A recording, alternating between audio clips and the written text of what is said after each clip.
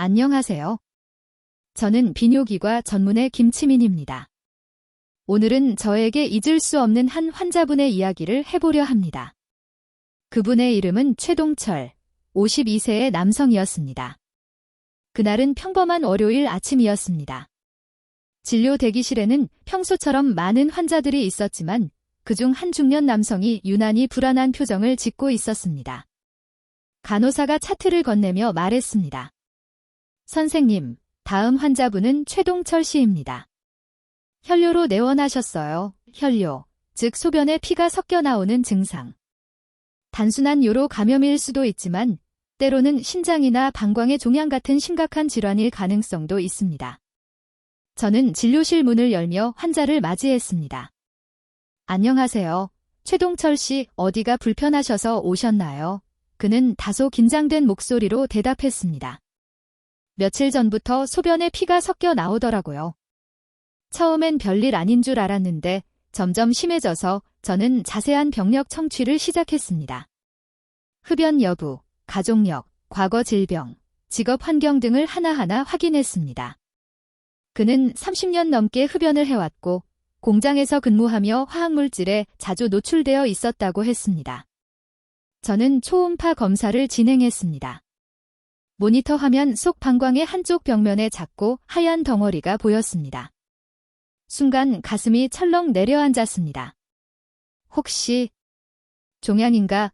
검사를 마친 후 저는 조심스럽게 말했습니다. 지금 보이는 건 정확히 확인이 필요하지만 혹시나 해서 정밀 검사를 권유드리는 게 좋을 것 같습니다. 그는 얼굴이 하얗게 질리더니 떨리는 목소리로 물었습니다. 혹시 암일 수도 있나요? 저는 잠시 말을 멈추고 최대한 침착하게 대답했습니다. 가능성을 완전히 배제할 수는 없습니다. 하지만 확진은 조직검사를 통해서만 가능합니다. 그날 이후 그는 바로 추가 검사를 받았습니다. 며칠 후 조직검사 결과가 나왔고 예상대로 방광암 초기였습니다. 최동철 씨는 검사 결과를 들은 후 한동안 아무 말도 하지 못했습니다. 그의 눈동자가 흔들렸고 손끝이 떨리고 있었습니다. 선생님, 저는 아직 일도 해야 하고 가족도 있는데 이게 정말 암이 맞나요? 저는 최대한 차분하게 설명했습니다. 다행히도 초기 단계이기 때문에 치료만 잘 받으시면 완치 가능성이 높습니다. 요즘은 내시경으로 종양을 제거하고 필요에 따라 방광을 보존하는 치료도 가능합니다. 그는 조용히 고개를 끄덕이며 힘겹게 웃었습니다. 그럼 수술을 받겠습니다. 빨리 치료하고 싶어요. 그렇게 우리는 바로 수술 일정을 잡았습니다. 며칠 뒤 수술실에서 저는 내시경을 통해 그의 방광 내부를 들여다보았습니다. 작고 둥근 종양이 벽면에 붙어 있었고 출혈이 약간 있었습니다. 저는 조심스럽게 그 부위를 절제했습니다. 수술은 순조로웠고 합병증도 없었습니다. 수술 후 회복실에서 그는 조용히 누워 있었습니다. 선생님, 이제 괜찮은 거죠? 예, 수술은 잘 끝났습니다. 조직검사에서도 경계성 종양으로 나왔습니다. 지금부터 관리만 잘하시면 됩니다. 그는 안도의 한숨을 내쉬었습니다. 정말 감사합니다. 제 인생이 다시 시작되는 기분입니다. 그로부터 몇 달이 지나 그는 정기적으로 병원에 내원했습니다.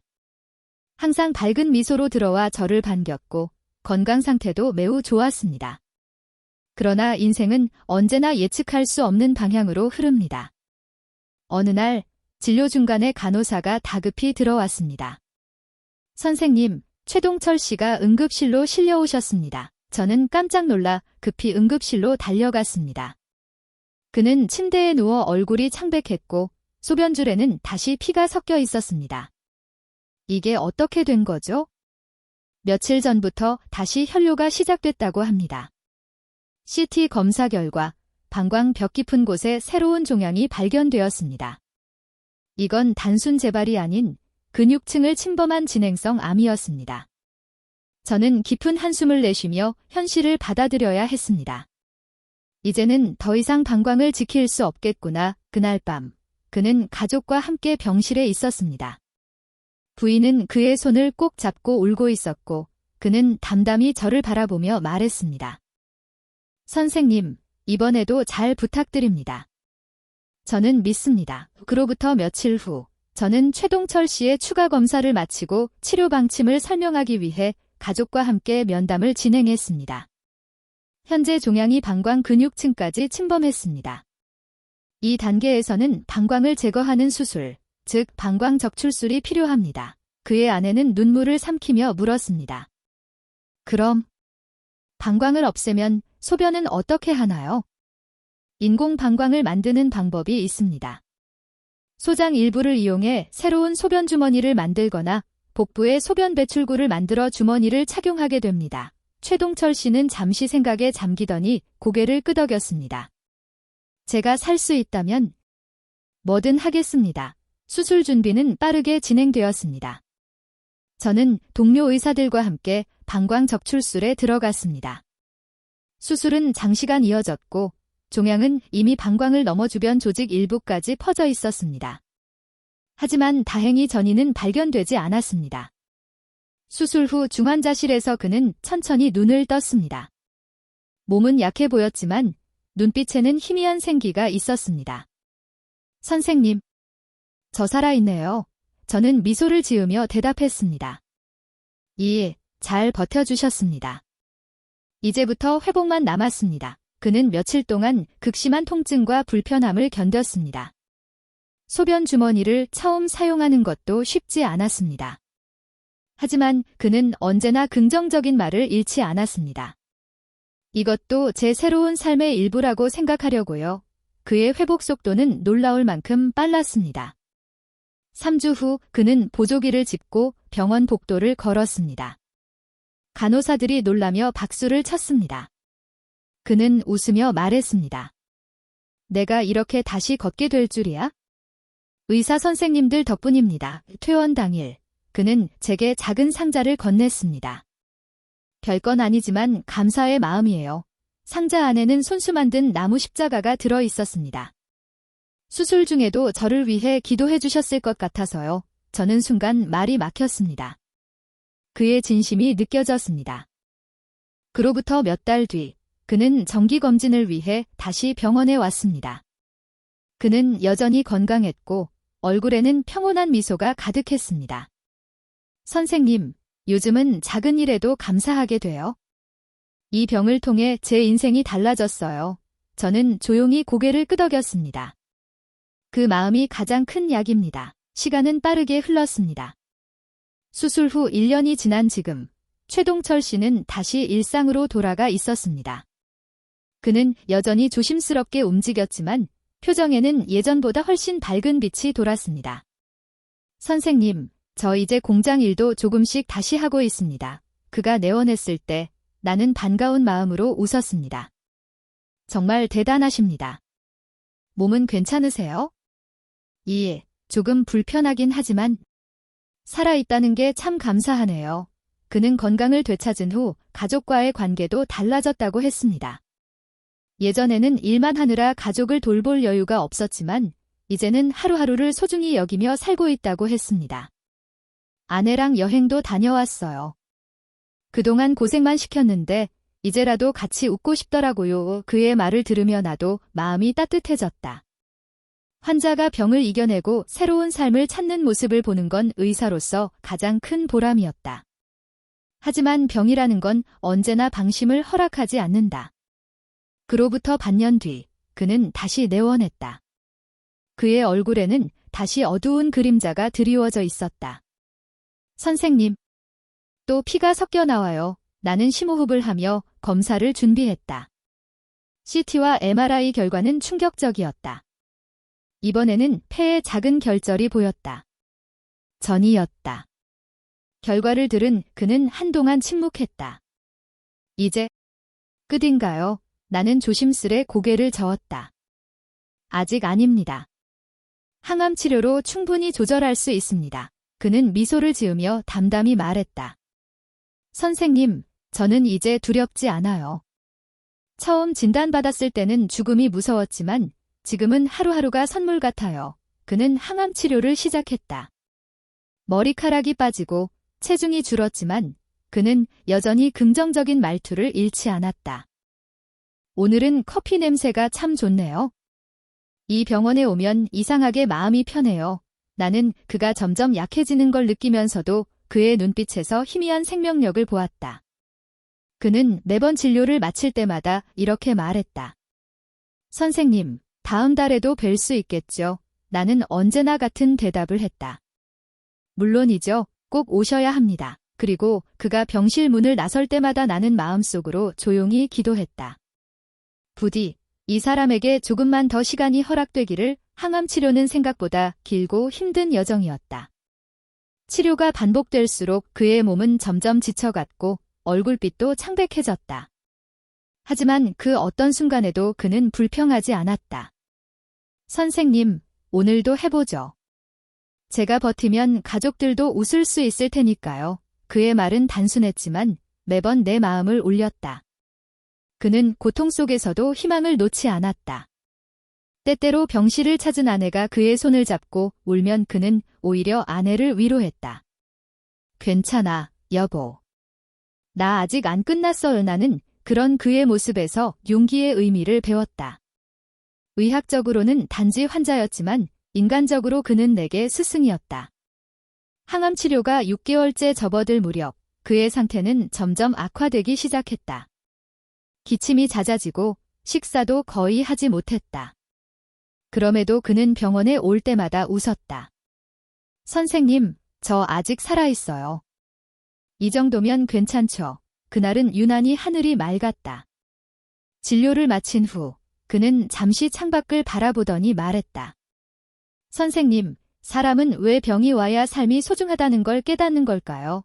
나는 대답하지 못했다. 그의 물음은 단순한 질문이 아니라 삶을 마주한 한 인간의 깊은 고백이었다. 그 후로 나는 그와의 대화를 더 자주 기록하기 시작했다. 그의 말 한마디, 미소 하나가 내 마음속에 오래 남았다. 어느 날 그는 내게 편지를 건넸다. 제가 혹시라도 다시 못 오게 되면 이걸 읽어주세요. 봉투 안에는 짧은 글이 있었다. 선생님, 저는 의사 선생님 덕분에 죽음이 두렵지 않다는 걸 배웠습니다. 사람은 언제 죽는지가 중요한 게 아니라 어떻게 살아가는지가 더 중요한 것 같습니다. 그날 이후 나는 한동안 그를 볼 수 없었다. 입원 중 상태가 급격히 나빠졌다는 소식을 들었다. 나는 급히 병실로 달려갔다. 그는 산소 마스크를 쓰고 있었다. 눈을 간신히 떴고 내 손을 잡았다. 선생님, 오늘도 와주셨네요. 나는 그의 손을 꼭 잡고 말했다. 물론이죠. 오늘은 어떻게 지내셨어요? 그는 미약한 미소를 지으며 속삭였다. 오늘도 살아있어서 감사합니다. 그 말이 그의 마지막 인사였다. 그날 새벽 병동 전화가 울렸다. 익숙한 간호사의 목소리가 들려왔다.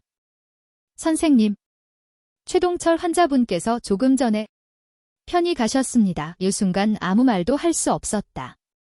손에 들고 있던 펜이 바닥에 떨어졌다. 나는 천천히 병실로 향했다. 그는 평온한 얼굴로 누워 있었다. 고통의 흔적은 사라지고 마치 깊은 잠에 든 사람처럼 보였다. 아내는 그의 곁에서 조용히 울고 있었다.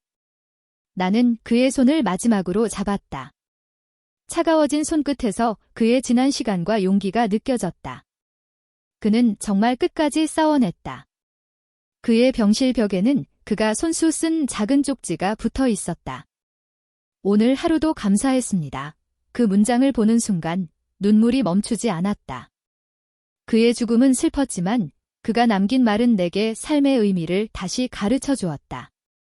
며칠 후 장례식장에서 나는 그의 가족을 만났다. 아내는 내 손을 꼭 잡으며 말했다. 선생님, 남편이 마지막까지 선생님을 믿었어요. 늘 감사하다고 했습니다. 나는 아무 말도 하지 못했다. 그저 고개를 숙이며 조용히 눈을 감았다. 그날 이후 나는 병원 일지를 다시 펼쳤다. 최동철, 52세, 방광암.